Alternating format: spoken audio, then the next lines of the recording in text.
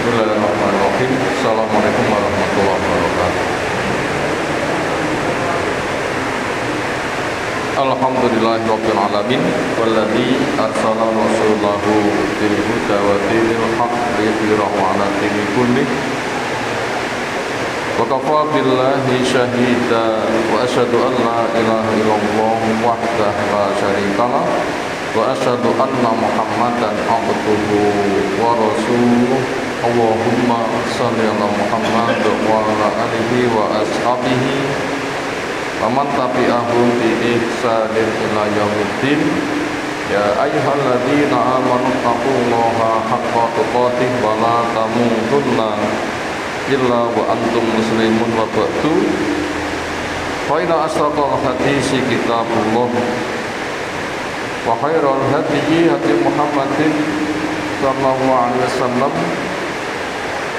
Syarrul umuri muhdatsatuha fa inna kulla muhdatsatin bid'ah wa kulla bid'atin dhalalah wa kulla dhalalatin finnar.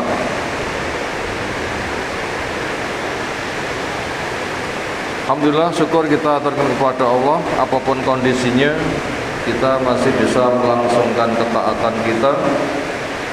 Semoga dengan terguyurnya hujan, Allah semakin menambahi keberkahan buat kita semuanya. Makanya kita berdoa dengan Allahumma sayyiban nafi'an. Ya Allah, curahkan kepada kami hujan yang bermanfaat.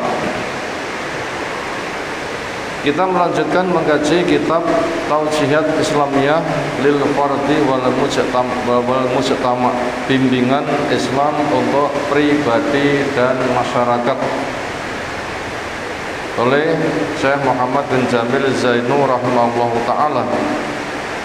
Kelanjutan pembahasan At-Tahalli bi akhlaqir Rasuli sallallahu alaihi wasallam, berhias dengan akhlaknya Rasul sallallahu alaihi wasallam. Ada 5 kata, beda lafaz tapi semakna, yaitu suluk, adab, akhlak, ad-din atau agama, dan nasihat atau kesetiaan.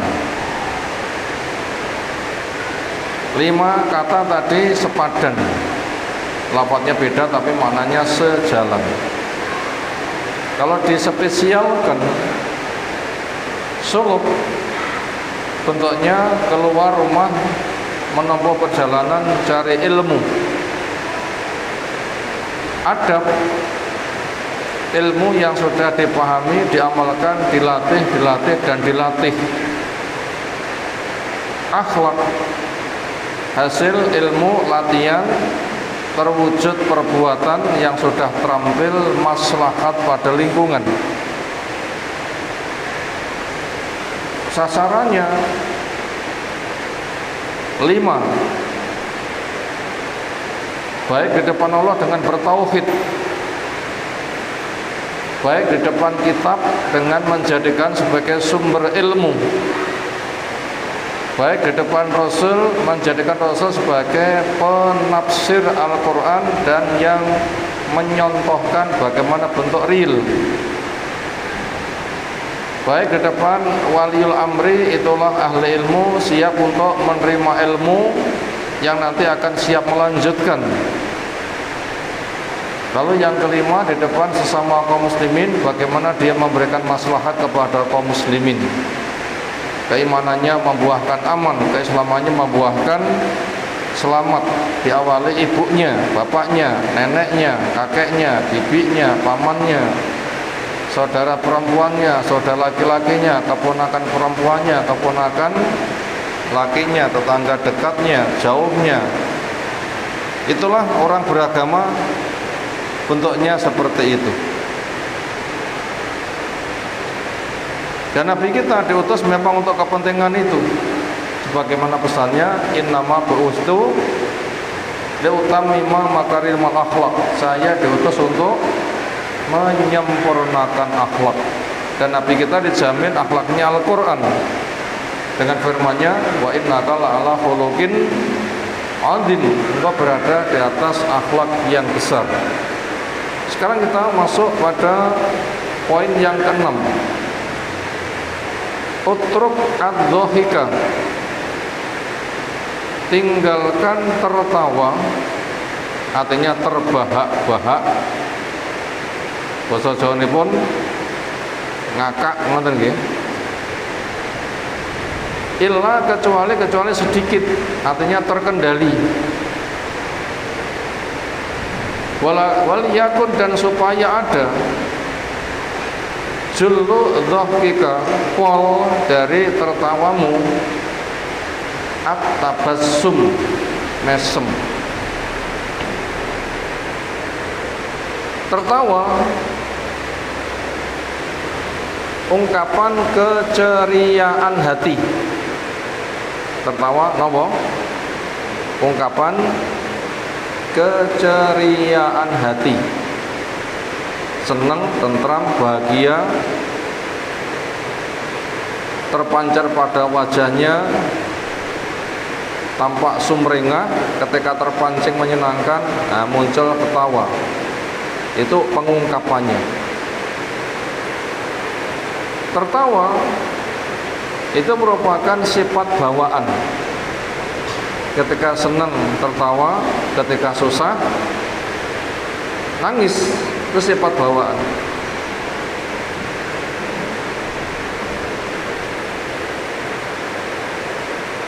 Bentuk sempurnanya Islam, karena antara tertawa dan tangis itu sama-sama ujian, maka Islam memberikan bimbingan. Tertawa niku nggih ujian, nangis nggih ujian. Makanya supaya manusia mendapatkan kebaikan di dua ujian, tawa dan tangis. Tawa simbol seneng, tangis simbol susah, supaya terwujud syukur dan sabar. Syukur ialah menggunakan nikmat untuk meningkatkan taat. Ketika senang, menikmati, itu untuk pembuktian. Senang dunia enggak seberapa, sudah seperti ini, nanti senang surga seperti apa. Sehingga tidak dipol-pol nih senang, tetapi meningkatkan pembekalan supaya di sana nanti betul-betul senang, karena kita masih minim pembekalan. Pun cukup napa tasih cepet. Ya belum apa-apa, antara mahalnya surga, ngerinya neraka, dan keterbatasan amal kita. Cek cepet, bukan cukup, tapi nopo cepet. Sebagaimana pesan Nabi SAW, inna ahadakum la yudkhilahu amalul jannah. Satu di antara kamu seperti apapun dia beramal, semata amalnya belum bisa menjamin masuk surga. Karena amal kita nggih memadamkan api neraka, pun padam napa dereng. Tapi carane. Makanya surga itu rahmat Allah, surga itu fadilah Allah, surga itu ampunan Allah.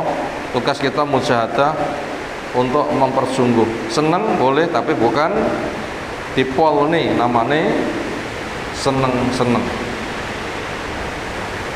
Itu untuk penjajakan, sehingga nanti akan semakin meningkatkan ketaatan. Makanya ketika dapat senang, dia berdoa, alhamdulillah binikmatihi tatimmus sholihat. Itu bimbingan Islam. Demikian juga ketika susah, untuk peringatan. Nah yo, susah nek donya ra sepira wis kaya ngene, sing drenginging nangis kathah, sing nganti stres kathah. Bagaimana nanti susahin rokok, dan itu dipancing oleh dosa-dosa. Makanya dia ngati-ngati, tangisnya dikendalikan ke sana, sehingga dia nanti akan bisa nangisi dari dosa-dosanya. Dan orang yang menangisi dosa karena takut kepada Allah, maka neraka diharamkan menyentuh mata yang menangis karena takut kepada Allah. Nah, tangis fungsinya untuk itu bimbingan Islam. Maka daripada itu, karena tangis tawa itu sebagai bahan ujian, ketika tertawa maka ojo dipol-polone. Kenapa? Dunia bukan tempat untuk ngepol ini di dalam tertawa. Lalu siapa yang menjadikan dunia tempat pol-polan tertawa? Jawabnya, makhluk yang memang dicipta untuk dunia. Napa makhluk yang dicipta untuk dunia? Alam, hewan. Alam, hewan sing paling gampang. Kon seneng-seneng ben lemu, lepon lemu di bol dibeleh. Mati berbur ya wis gak ada hisapnya. Mati ya wis gak ada hisapnya. Allahumma saiban nafian. Innalillahi wa inna ilaihi raji'un. Pemadaman lampu ya.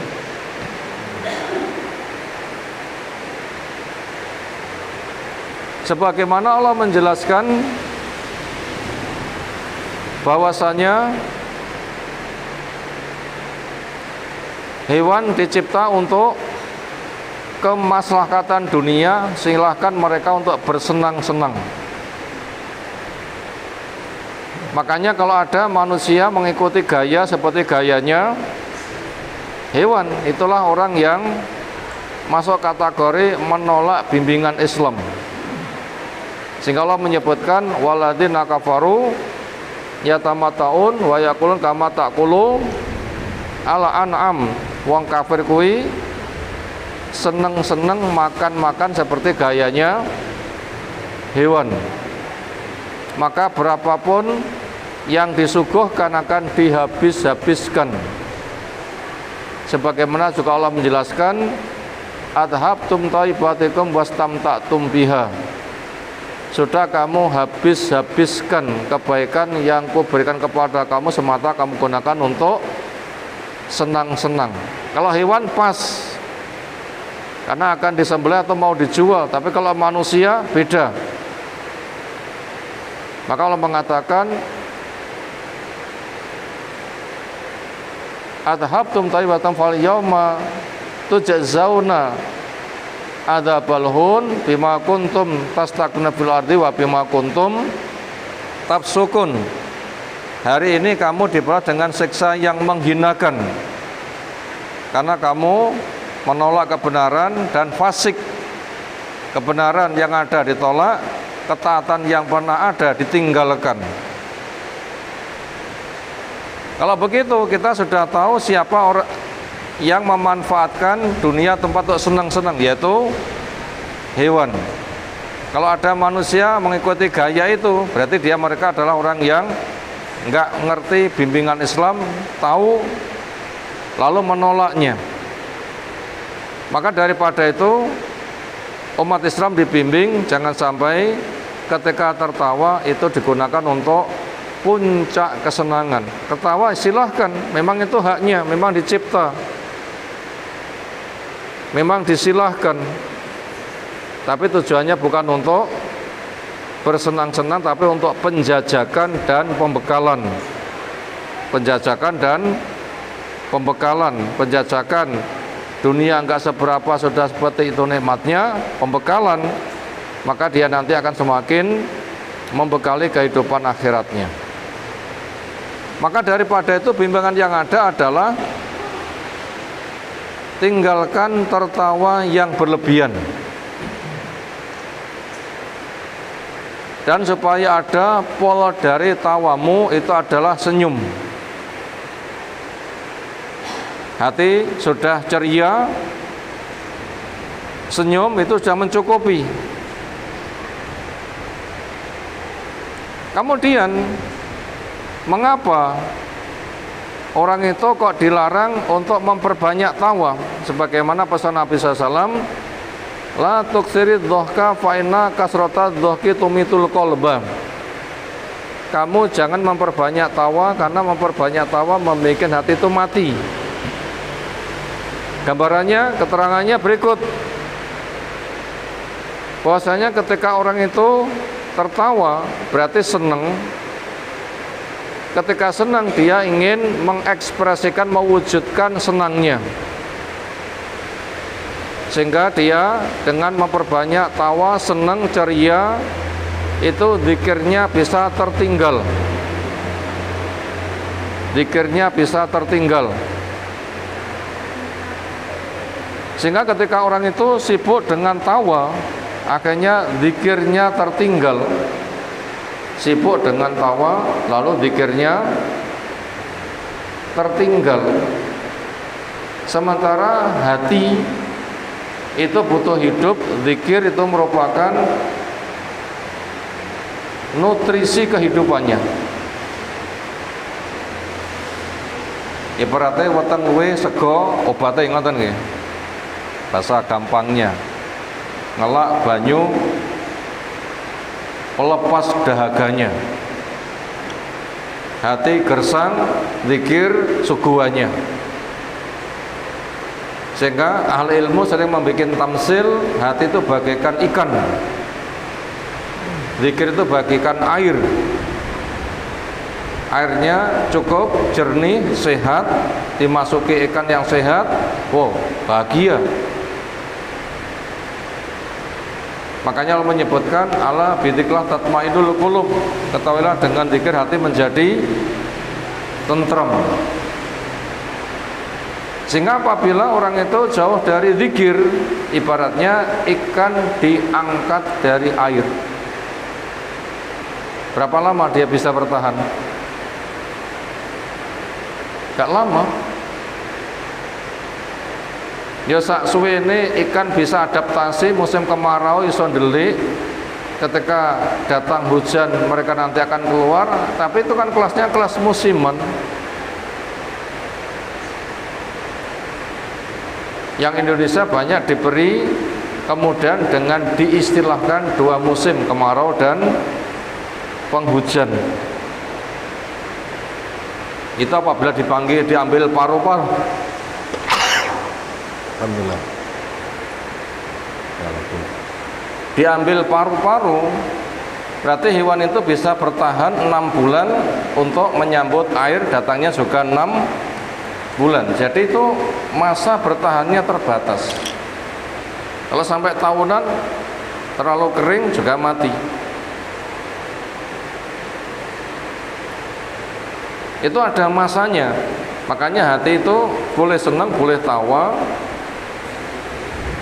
Diupayakan senyum itu pol tujuannya ibaratnya ikan diangkat dari air aja suwi-suwi, ngoten nggih.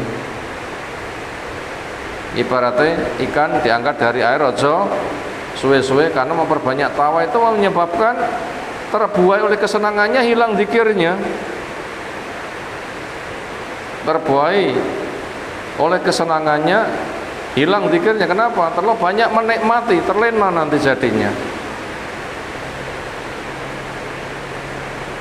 Sehingga yang ada adalah tuntutan untuk senang-senang terus, sehingga nanti apabila sudah tertuntut untuk senang-senang terus, zikir itu menjadi hambar.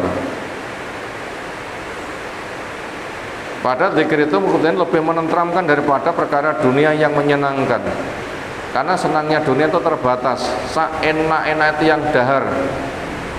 Niku sendok pertama nampa sedaya sendokan. Sendok pertama saja, selebihnya biasa. Pertama pun ketika ditelan sudah habis.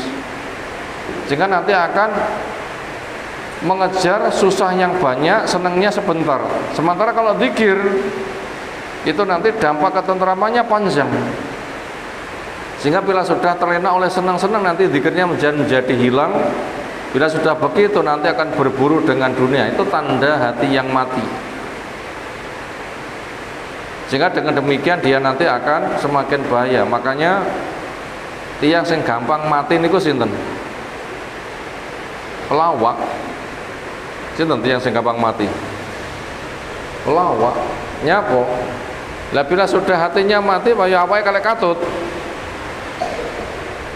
Karena hadisnya jelas, kamu jangan memperbanyak tawa, membikin hati mati.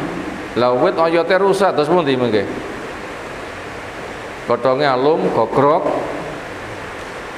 sisi malah garing, lapuk, gak apa-apane kesenggole, ambruk. Nah senada dengan itu, Itu permasalahannya.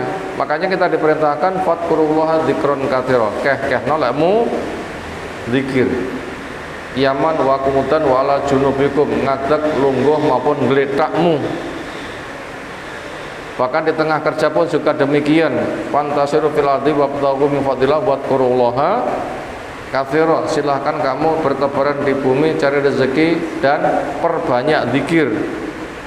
Harus nyapu zikir sampai sakit mboten? Bisa.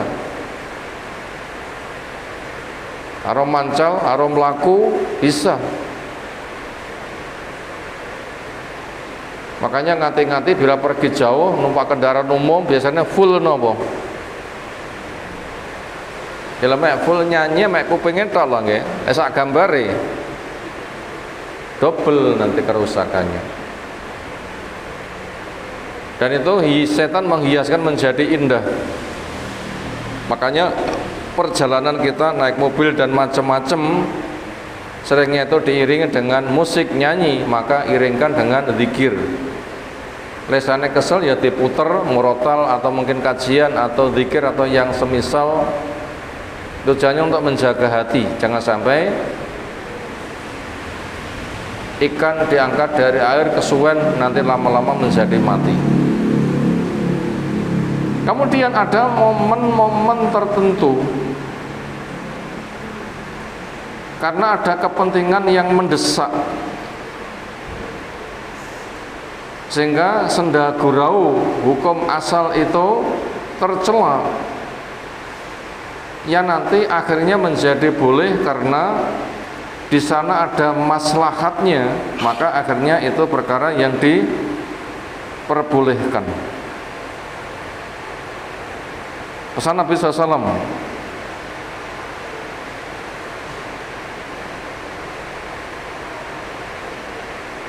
hadisnya sahih, kullu syai'in laisa min dzikrillah azza wa jal fahuwa lawun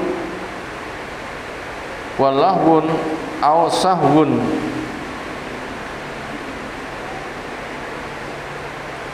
Segala sesuatu yang di sana tidak ada zikirnya kepada Allah, maka itu termasuk perbuatan sia-sia. Di situ menggunakan bahasa lahwun walahun aw sahwun, yaitu lahwun dan sahwun, sia-sia dan percuma. Illa arba'u khisalin, kecuali 4 hal. Aslinya perbuatan sia-sia, tapi model sia-sia 4 hal ini boleh. Karena sia-sia untuk 4 hal ini ada maslahatnya. Apa itu?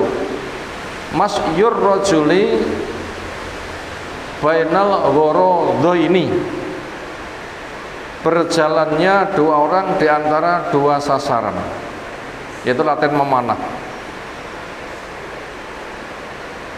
Nek kono dipasang tempat yang dibidik, sini wonge sing memanah, sudah dilepaskan, mancep, anak panen teh, wangi pindah rono, jipon apa? Anak panah, rumpone renene.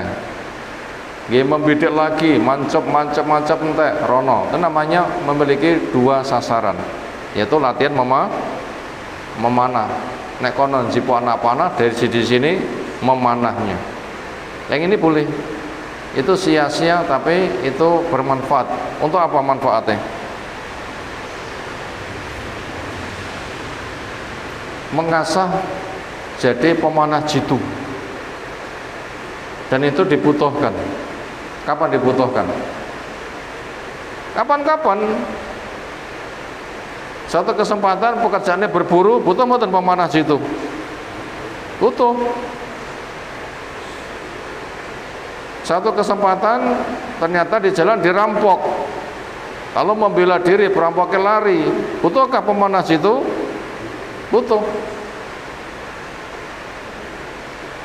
Yang satu kesempatan nanti direkrut sebagai tenaga jihad, jelas butuh. Nah, itu permainan yang berpahala.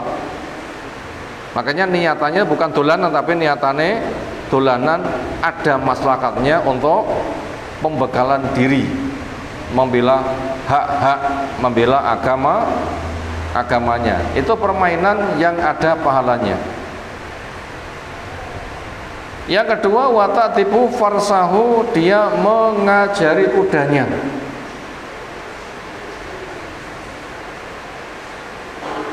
Kuda niku rong tau dilatih langsung kena dicengklak, napa butuh dilatih rumiyin? Butuh dilatih. Enak jaran rong tau diapake cengklak ya selentak, mencolot melayu. Itu harus dilatih itu loh. Masa lahir cukup pinter jahit ngoten nggih? Apa enak lahir langsung pinter jahit? Kuda pun juga dilatih. Untuk kepentingan sehari-hari, apa fungsi kecekatan naik kuda? Mungkin satu kesempatan dia menjadi pelatih, satu kesempatan nggak ada bensin diganti dengan kuda, atau hidupnya memang kendaraan nggak bisa, di mana? Di pegunungan, tempat yang terjal, tetap kuda. Apalagi nanti termasuk akhir zaman ketika terjadi perang, alat elektronik nggak ada, yang ada manual. Tetap itu dibutuhkan. Apalagi kondisi semisal di Palestina, nah kaum muslimin itu kan potensinya untuk punya kendaraan bermesin kan mahal. Tapi kuda kan iso ngingu tuh, nggih. Data dibutuhkan itu yang kedua, dan nanti diniati ke sana, itu bisa dibutuhkan, dimanfaatkan sewaktu-waktu. Nomor 3, wa mula'abatu ahlahu, senda guraunya suami dengan istrinya. Butuh mesra apa metutut mawon? Masa arep bojone bangkah metutut? Ya butuh ceria, cenda gurau, mesra, romantis, yang ngarani cekikian, ngoten nggih. Ya itu boleh. Kenapa? Untuk refreshing, penyegaran jiwa. Dan perbuatan suami istri namanya jima, itu kan bukan berjam-jam toh nggih. Kelasnya ya bisa dibilang hitungan menitan. Ketika sudah nanti tersalur, bisa tidur pulas, tentram jiwanya. Ya, selama melaksanakan itu mula'abah permainannya, romantis kemesraannya, cekikian basa Jawane, itu disilahkan. Kenapa? Itu maslahat untuk kebugaran pikirannya. Termasuk orang yang lancar kebutuhan biologisnya, itu bisa bebas dari sakit kepala, nggak ngelunan, ngoten lagi. Pikiran pun juga bisa semakin cerah dan cerdas, karena otak bebas dari terkontaminasi sperma yang naik, sehingga menjadi pomo banyu budek entek karek bening. Nah, itu bisa ke sana, itu bisa ke sana. Itu yang ketiga. Kemudian yang keempat, permainan yang berpahala adalah ta'allumus sabahah atau ta'allumus sibahah, yaitu belajar berenang. Penting buatan? Oh penting. Dan nek gunung apa enak? Ya zaman Nabi Nuh ya gunungnya ya kelelep ngoten to nggih. Mungkin juga naik gunung pun juga duwe kowen-kowen. Kan tetap saja gitu, banyak air ditampung. Ya di mana-mana itu butuh, apalagi itu jadi pekerjaannya. Apalagi lewat jembatannya putus ceblok, lah rasa berenang terus pundi mangke. Itu dibutuhkan itu kemampuan berenang. Itu 4 permainan yang itu ternyata tidak dinilai permainan, sehingga ketika mereka itu melaksanakannya itu malah berpahala. Nah begitu. Itu tadi poin yang keenam tentang adab bimbingan Islam berkaitan masalah tertawa. Kesimpulannya adalah terkendali, tidak dipoloni. Berikutnya masuk poin yang ketujuh.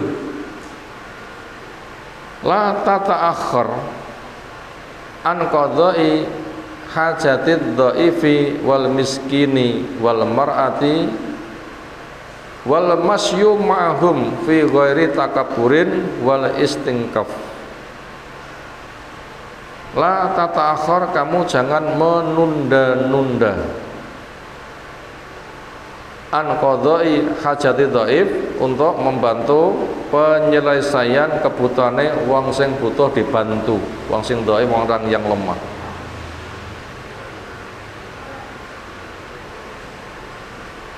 Wal miskin, dan juga orang miskin. Wal marati, kebutuhan istri.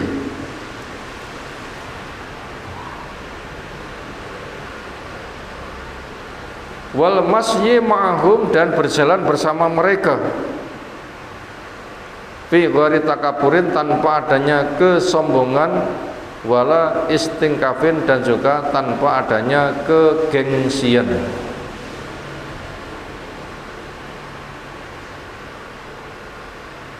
Orang dhaif itu orang yang lemah, hilang daya, nggak mampu mandiri, punya kebutuhan nggak bisa mencukupi, apalagi ada bahaya. Bila dibiarkan nanti akan terancam hancur prosesnya, berlama-lama kena musibah, nanti sakit yang berkepanjangan. Makanya ketika menghadapi pihak yang punya butuh dan ngerti butuh dan mampu, segera, jangan ditunda-tunda. Kados tiyang momong, begitu bayi sing dimong tiba ditokne nganti nangis enten, apa langsung melayu ditulung. Tuwipun nangis tohok nae benangise santai, ngoten nggih. Ya tentunya tidak langsung melayu tulung. Nah begitulah. Termasuk kita di pinggir jalan ada wong liwat, dalane mbledes, terus momot apa ngobrok malih ambruk, napa ditokne teker dhewe lek wis mengkis-mengkis lagi dipun tulung. Enggak, langsung melayu menolongnya.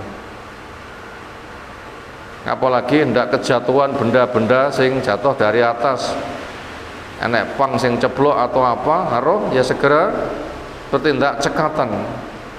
Jangan menunda, jangan sampai mereka menjadi korban terkena musibah. Makanya jangan menunda-nunda menolong kepada orang yang lemah dan membutuhkan.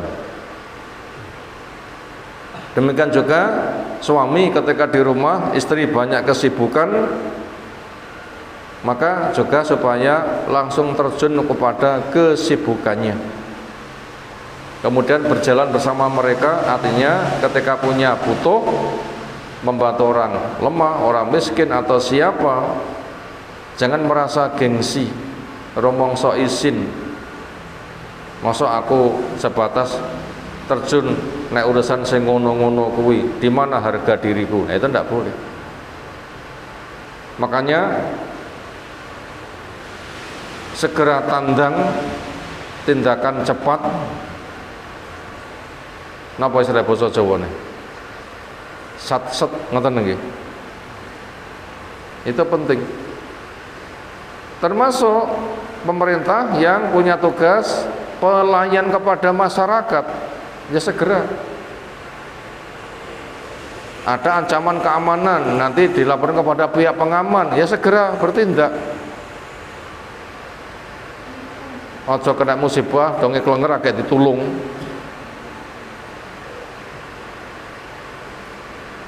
Entah itu kebakaran, tabrakan, ada bencana longsor, ya cepat bertindak. Siapkan tenaga siaga yang memiliki langkah super cepat napa niku sipae namine pun istilah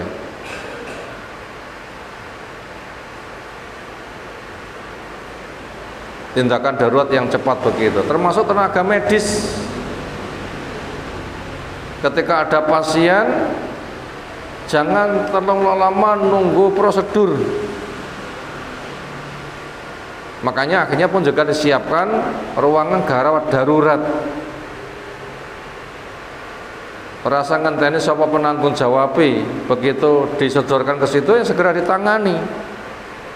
Bahkan nanti berbagi tugas siapa yang langsung menangani dengan cepat, siapa yang menangani administrasinya.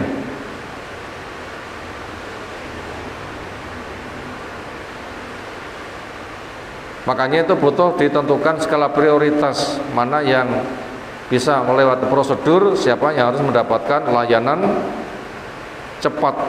Makanya itu jangan sampai orang itu bertindak lambat, karena orang yang butuh itu bersifat mendesak, termasuk kena serangan jantung. Ora usah ditentu kok niki sapa penanggung jawab, nggih langsung ditangani. Bagaimana diberikan nafas buatan, dipasok oksigen, dipompa jantungnya, kemudian dibantu infusnya atau apa dan seterusnya. Itu supaya bertindak cepat. Kenapa? Darurat. Itu tadi poin yang ketujuh. Makanya kita dibimbing untuk memiliki sifat cepat. Kedelapan, musa'adatu ahlil bait ala su'unil bait, membantu anggota keluarga terhadap kerepotan rumah tangga. Walau karena hal basatin, walaupun bentuk kesibukannya itu memerah susu atau amin, atau memasak makanan, au ghairih, atau yang lain-lain, au ghairuh, atau yang lain-lain. Dan ini telah dicontohkan oleh Nabi Shallallahu Alaihi Wasallam. Bu Aisyah ditanya, apa yang diperbuat Nabi ketika berada di rumah? Napa jawaban Bu Aisyah? Ala mihnati ahli, terjun kepada rebyeke penggayaan omah. Napa rebyeke penggayaan omah? Ya kata, napa sing nek dicangking, ditandangi, segera ditandangi. Skala prioritas, mana yang paling penting dulu. Taruh halamannya kotor, segera disaponi. Isa-isane numpuk rong kober disai, ya disai. Roh bocah butuh untuk BAB, rasa ngenteni buke, sapa sing nganggur, kemudian membantu penyelesaiannya. Kono-kono mari, atau masih juga ada yang sibuk, nah, sing mari dhisik, maka supaya membantu kepada yang sedang sibuk, sehingga tidak usah membagi tugas yang sebenarnya itu bukan tugas yang butuh untuk dibagi. Masak neko khusus tugas perempuan apa kabeh wong iso? Umbah-umbah. Kabeh tiyang saged marut kambil, ngulek sambel. Nggak boleh mengatakan kuwi kan penggayane wong wedok. Boleh apabila memang itu khusus nopo hamil lah, niku lagi kena diambil alih loh nggih.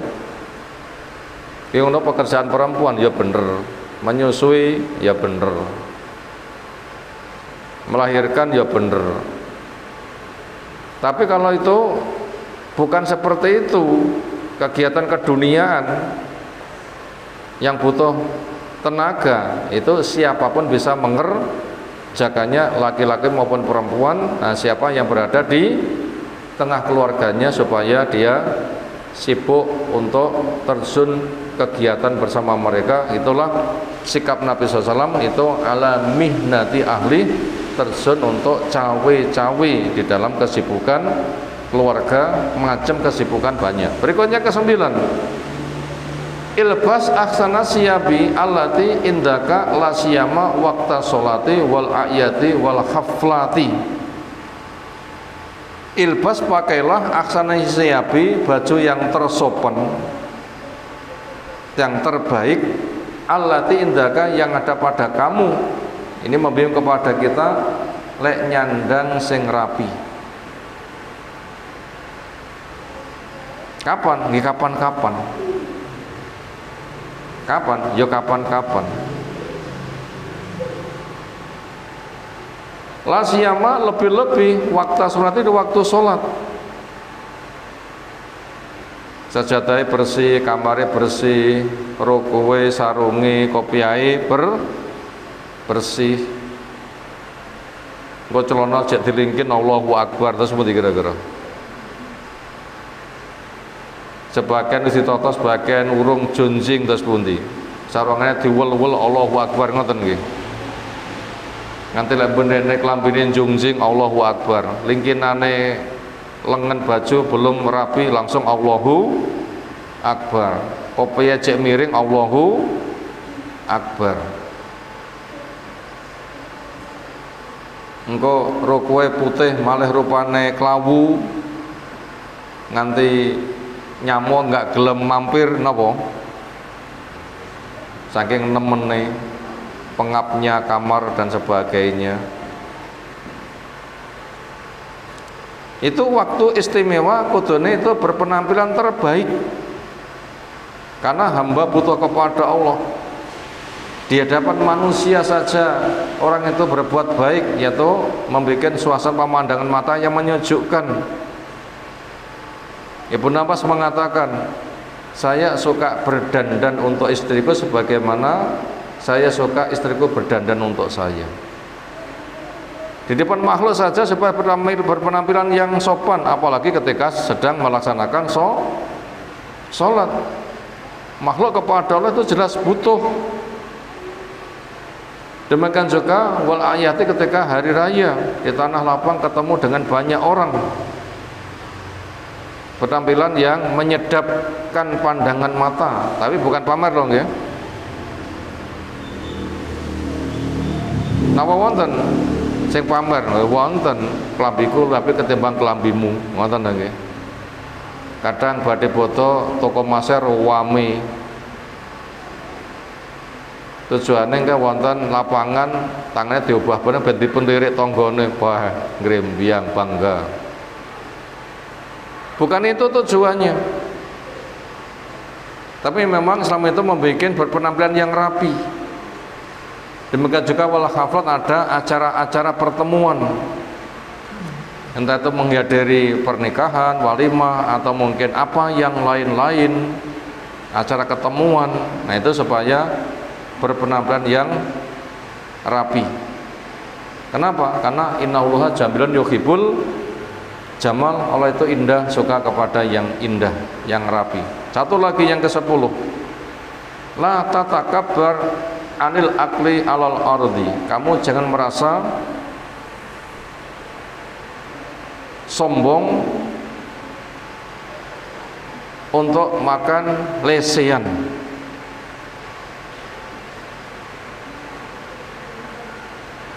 Wa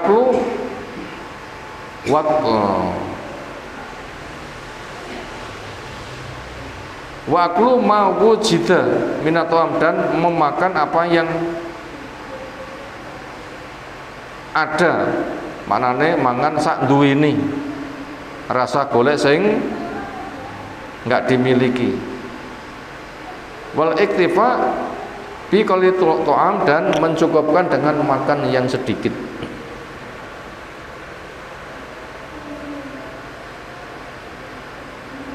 Kita ulas ke-10, jangan sombong makan di permukaan tanah.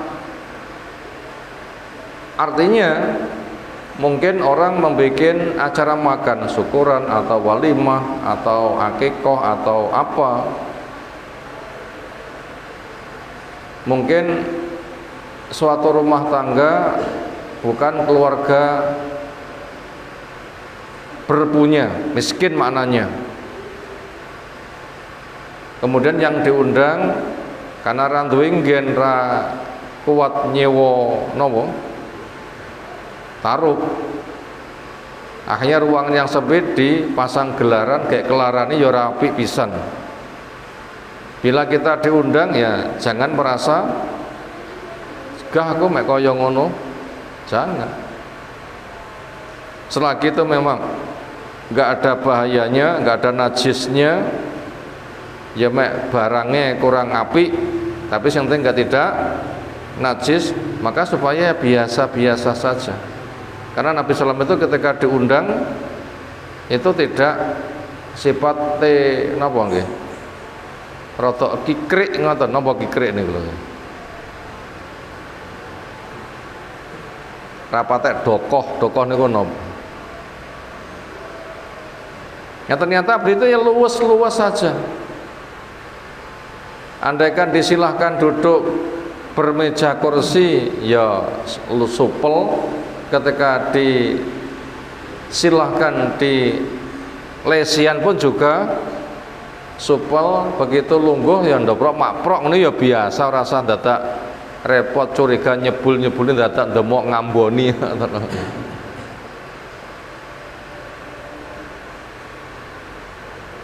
Wong itu juga bukan perkara najis dinireken kok ya diumbah pengingotan mawon. Nah itu bimbingannya seperti itu, termasuk adab seperti itu. Kemudian ketika makan, ya apa yang disuguhkan itulah yang dimakan. Dan memang akhlak Nabi sekira mau ya dimakan, bila tidak ya sudah.